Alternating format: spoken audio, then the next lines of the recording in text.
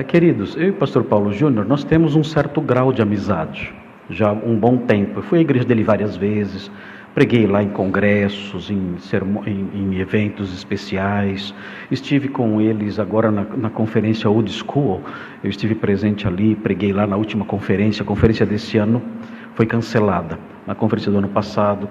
Então é um irmão querido, e o que deve ser levado em conta, que o Paulo Júnior não disse e que as pessoas talvez não saibam, não sei, mas é que o pastor Paulo Júnior, ele está doente.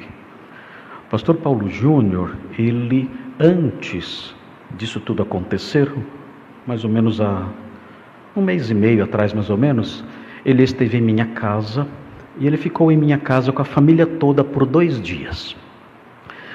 E nós tivemos ali um tempo muito gostoso de comunhão e tudo mais, e desfrutando da nossa amizade ali. Ele disse para mim: pastor, eu estou muito doente.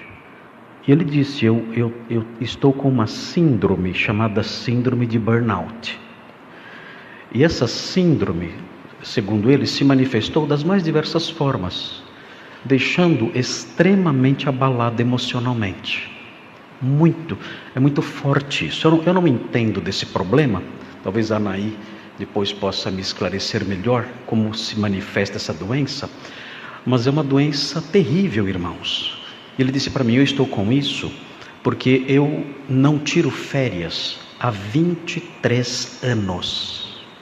Irmãos, vocês sabem o que é isso? Sem férias há 23 anos. Isso se somou com outros problemas próprios do pastorado e tudo mais, e ele foi diagnosticado assim, com essa séria enfermidade, que deixou ele bastante abalado e fragilizado, e os médicos deram a ele uma licença de 3 meses do ministério, para que ele pudesse descansar e se recuperar, inclusive com remédios e tudo mais.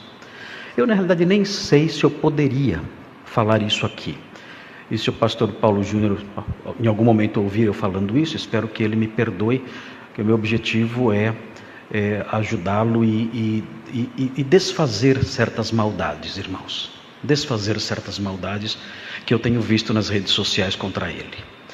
E ele disse isso para mim, contou os detalhes acerca da sua enfermidade, o modo como a enfermidade tem se manifestado nele, preocupando muito a sua esposa e tudo mais. É um sofrimento intenso. Eu nunca tive esse problema, mas a descrição que ele fez para mim desse problema foi uma descrição que me deixou impressionado com o modo como ele vem sofrendo com isso. E ele então obteve dos médicos essa licença de 3 meses. E passou em minha casa, ficou ali 2 dias em minha casa, e de lá ele foi para um lugar mais isolado da família, para ele descansar esses 3 meses. E dentro desse período de 3 meses, isso aconteceu. Ele pediu o afastamento do ministério pastoral, dizendo que não estava qualificado para isso. Irmãos, eu discordo disso. Eu não creio que o pastor Paulo Júnior esteja desqualificado para o ministério por causa do que ele fez. Não creio. A desqualificação para o ministério, a meu ver, existiria se ele se mantivesse obstinado nisso. Porque nesse caso, ele não poderia ser considerado irrepreensível. Mas quando um pastor é chamado, exortado, admoestado, reconhece seu erro, entra numa fase de contrição, de tristeza pelo seu pecado, e se arrepende disso, essa é a maior prova da sua qualificação. É esse o homem irrepreensível. O homem irrepreensível é o homem que, quando confrontado com brandura e com a Bíblia em punho acerca das suas falhas, reconhece isso e se arrepende, confessa e abandona e segue em frente. Ao quebrado, é verdade, mas prossegue. No entanto, acredito que até por causa da fragilização emocional decorrente da doença, ele tomou essa decisão. Não sei se a igreja os líderes da igreja também o obrigaram a isso, não sei. Eu acredito, a minha visão, não falei mais com ele depois que ele esteve em casa, mas a minha visão é que ele poderia talvez pedir um período de descanso maior, ou aproveitar esse período que os médicos deram de 3 meses para rever tudo isso e se comprometer a uma mudança, caso a sua severidade seja realmente uma severidade muito grande. Eu não conheço o dia a dia dele na igreja, não sei, mas não acredito que ele seja um homem desqualificado para o ministério, e o vídeo que ele gravou, na minha opinião, é a maior prova de que ele não é um homem desqualificado para o ministério. Se houvesse obstinação, eu sou assim, é meu jeito, quem gosta, tudo bem, quem não gosta, azar seu, eu vou continuar desse jeito, aí é diferente. Aí é diferente. Você está desqualificado para o ministério.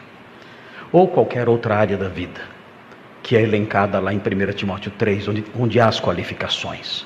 As qualificações estão lá, para o episcopado. Então, se a pessoa quebra um daqueles fatores, suponhamos que eu deixe de governar bem a minha própria casa. Vamos supor que isso aconteça. Eu deixo de governar bem a minha própria casa, e os líderes da igreja me procurem e me exortem, e eu me arrependa do que estou fazendo e mude. Eu sigo em frente no ministério, entristecido, humilhado, mas com a vida de acordo com aquilo que a palavra de Deus ensina. Agora, se eu disser, a casa é minha, a família é minha, eu governo como eu bem entendo, aí é diferente, aí estou desqualificado. Então não vejo o pastor Paulo Júnior como alguém desqualificado. Acredito que tudo isso aconteceu especialmente em virtude da fragilidade em que ele está passando por causa dessa enfermidade grave, e lamento muito por tudo que aconteceu. Não tive oportunidade de falar com ele ainda. Há pessoas maldosas, irmãos. Eu tenho visto na internet gente dizendo, tem mais coisa aí. Gente mentirosa, gente perversa. Pessoas que olham para a confissão dele e levantam suspeitas e calúnias sem perceber que o seu pecado ao fazer isso é infinitamente mais sério do que o pecado que ele confessou. Levantar calúnias infundadas contra um servo de Deus, contra qualquer pessoa, mas em especial contra um homem fragilizado como ele está agora. Levantar calúnias contra ele, levantar suspeitas contra ele e tripudiar um homem que já está sofrendo é um ato de crueldade, é um assassinato lento, muito mais grave do que qualquer postura de severidade no trato com as ovelhas. Muito mais grave, é um assassinato lento, considerando o estado de saúde em que ele se encontra. Outro fator importante que quero destacar aqui, a severidade do pastor Paulo Júnior, que ele confessou naquele vídeo, é no seu trato com os irmãos, e eu não me lembro agora, talvez com a família, não sei. Ele não confessou pecado de severidade contra os falsos mestres, e nem tem que confessar, porque os falsos mestres têm que ser tratados com severidade. O apóstolo Paulo chama os falsos mestres de cães. Cães. Paulo Júnior não chegou nesse ponto de chamar de cães, mas a palavra de Deus, o apóstolo Paulo chama os falsos mestres de cães. São textos extremamente severos contra os falsos mestres. E o Paulo Júnior não pediu perdão por isso e nem deve pedir. E eu, inclusive, me comprometo a continuar o que ele começou, com pauladas maiores, porque não há que se arrepender do que ele fez no que diz respeito à denúncia das mentiras, a perversão do evangelho, o cuspir na cruz, o distorcer a verdade. Não há como se dirigir a essas pessoas e denunciar os seus erros com passar a mão em cima da cabeça dessas pessoas. Não há como fazer isso, e nem devemos fazer isso. Ele não pediu perdão por isso e nem deve pedir perdão por isso. Então, queridos, esses são os fatos. Orem por esse nosso irmão. Eu lamento muito por isso que aconteceu. Espero que ele seja reconduzido em breve. Talvez haja uma forma de reverter isso, não sei. Eu gostaria que isso fosse revertido. Eu acho que ele é um homem que tem um dom especial de comunicação, tem o coração ardente, e temos falta disso hoje em dia. Homens cujo coração arda, homens que têm o coração pegando fogo, homens com bocas de vulcões. proclamando a verdade com ardor, com fervor, com força. Isso faz falta nos dias de hoje, em que os pregadores são apenas papais noéis bonzinhos acariciando todo mundo. Quando nós precisamos, na atual situação, na atual geração, precisamos de homens com força, com vigor. E por favor, orem por ele. Nosso irmão é um homem de Deus que está fragilizado. E infelizmente, nós, o meio evangélico, nós somos o único exército que atira em seus soldados feridos. Nós somos o único exército que faz isso. Vemos um soldado corajoso, forte, ferido, e nós vamos lá e disparamos contra ele. É isso que fazemos. E é isso que está acontecendo nas redes sociais. Então, queridos, da nossa parte isso não vai acontecer. Eu não falei com o pastor Paulo ainda. Eu tenho medo de... Não encontrei palavras ainda para conversar com ele. Mas eu quero ainda falar com ele e dizer: olha, minha casa está aberta, meu coração está aberto, a minha igreja está aberta para receber você, para ampará-lo, para ajudá-lo, para caminharmos juntos. O que você precisar, no que diz respeito a elementos para sua restauração, você vai encontrar em nós. Orações da nossa igreja, apoio, amizade, orientação, se você precisar de alguma, estaremos aqui, até que você volte para o seu ministério, que é o ministério que você recebeu do Senhor. O Senhor deu esse ministério para você, até que você volte a isso e realize o seu trabalho.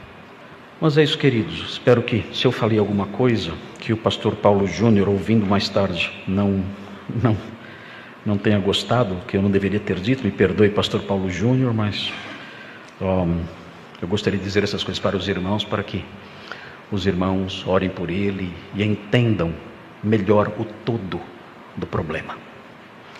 Uma pessoa com uma síndrome assim, uma cara feia é um tiro de canhão, e ele está padecendo com isso. Eu fico imaginando como ele se sente quando ele vê esses vídeos de ataque contra ele. Como uma pessoa doente, fragilizada, recebe isso nas redes sociais, sem poder se defender. Então, queridos, por favor, orem por esse nosso irmão e vamos seguir em frente, a fim de que as nossas perdas com isso que aconteceu não sejam maiores e ele volte depressa para o ministério. Na minha opinião, ele está plenamente qualificado para o ministério. Vamos orar agora. Senhor,